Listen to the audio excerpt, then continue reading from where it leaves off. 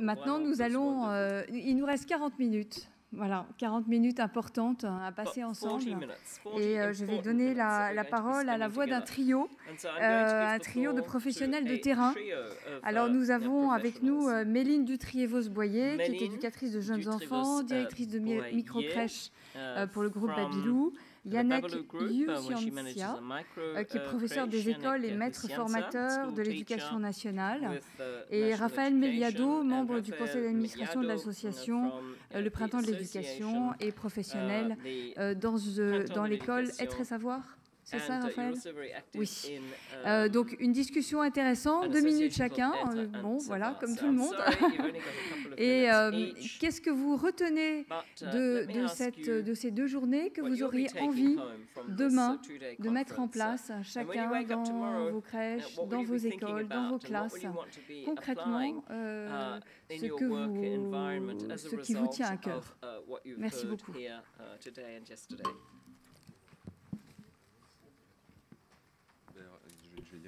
Je vais commencer et je vais faire vite.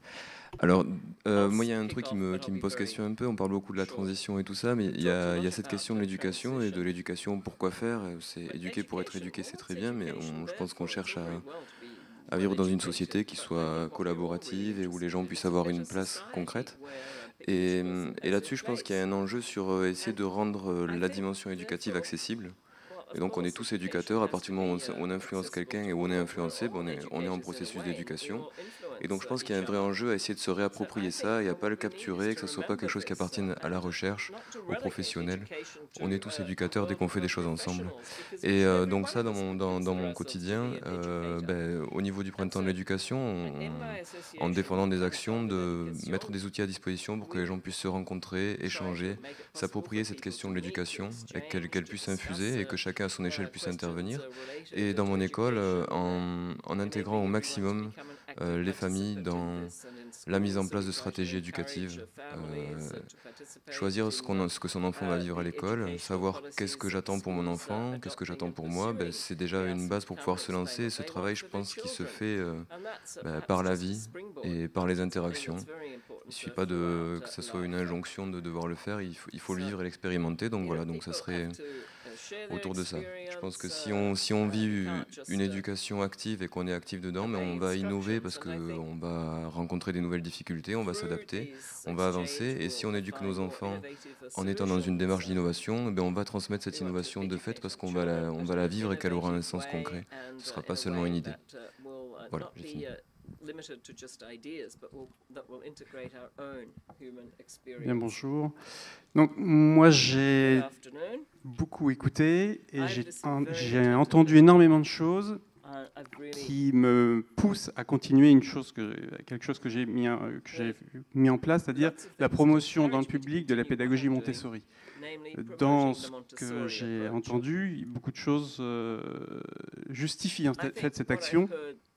Et Montessori peut être une sorte de cheval de Troie pour mettre une posture de l'enseignant dans le public et aussi notamment une certaine continuité. Il ne faut pas oublier que dans la maternelle ou en élémentaire, en général, ce sont des classes de petites sections, de moyennes sections, de grandes sections, ou de CP, CE1. Et voilà, Montessori, ça promeut notamment les classes de multi-âge, les classes de cycle. Voilà. Mais bon, on a dit, je suis professeur des écoles, et hier, pendant les petits fours, j'ai eu un SMS, on m'a dit, Yannick, à l'école, le directeur s'en va, peut-être que c'est une opportunité pour que tu deviennes directeur de l'école. Okay. Et du coup, ça change un peu toutes les perspectives que j'avais devant moi, parce que maintenant, je me mets à réfléchir autrement, pas en tant que simple professeur des écoles, mais en tant que peut-être futur directeur, j'en sais rien, ça ne sera peut-être pas. Mais je me dis, ah oui, il faut que je contacte la mairie, il faut que je contacte l'école élémentaire, le centre de loisirs, pour les crèches, pour qu'on travaille sur cette continuité. Donc, quelque part, voilà, vous m'avez enthousiasmé sur ce sujet-là, et peut-être que je vais pouvoir œuvrer dans cette direction. Mais très concrètement, on nous a demandé des points très pratiques.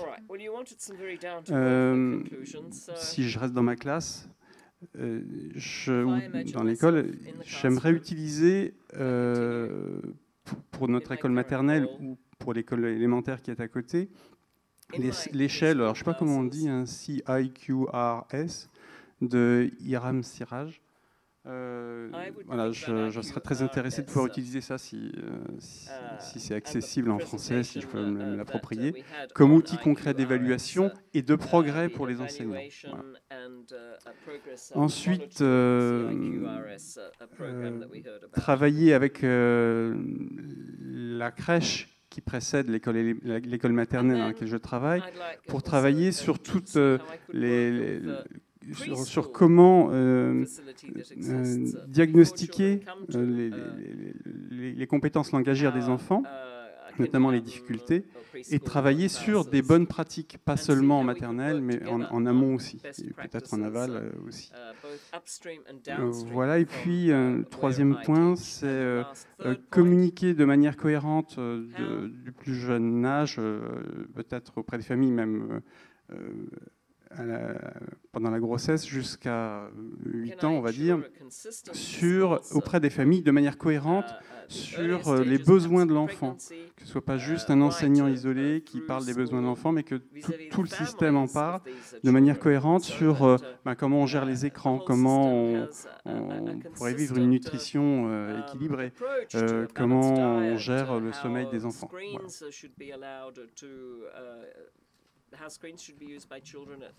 Bonjour à tous. Merci Nathalie de nous avoir conviés. Alors moi, ce que j'ai un petit peu retenu, c'est qu'au-delà de la question de l'accessibilité, il y a la question de la qualité. Elle passe, on l'a dit, bien évidemment, par la formation des professionnels. Alors moi, j'ai aujourd'hui la chance de travailler dans un réseau de crèches qui propose une solution innovante avec une plateforme de formation en ligne qui permet à chaque professionnel du coup de se former selon ses besoins et à son rythme.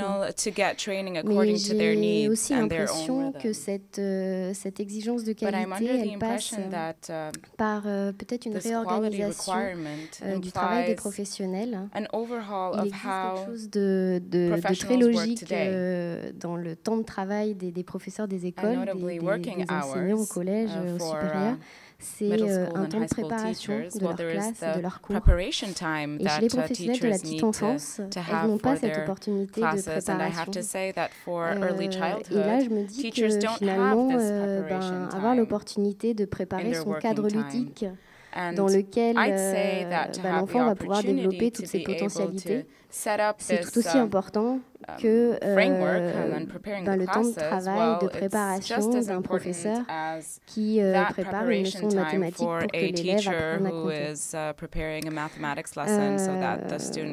Alors, dans les faits, forcément, dégager du temps de préparation, ça a un coût. Mais je pense que c'est un investissement qui peut servir très efficacement la qualité. Un professeur qui prépare son cours, sa classe, il peut être à l'aise dans le partage avec son public et donc offrir un accompagnement de qualité. Et donner la possibilité aux éducateurs, au sens large, de préparer l'environnement ludique dans lequel ils vont accompagner les enfants permettrait de viser ce même objectif de qualité pédagogique. Voilà, du coup, je repars de ce congrès avec l'idée qu'il faut désormais permettre aux professionnels de la petite enfance de se positionner sur deux niveaux différents de hauteur durant leur temps de travail. Un temps tout en bas, à hauteur d'enfant, pour se mettre en lien avec eux, les comprendre, les rassurer. Et puis un temps plus en haut, pour prendre de la hauteur, pour préparer une offre ludique qui soit la plus pertinente possible. Game-based approach and offer, which is of the highest quality possible for the children. Thank you. Thank you very much. Merci beaucoup à tous les trois. J'ai une petite question pour vous. Est-ce que vous êtes bien entendus? I have one question.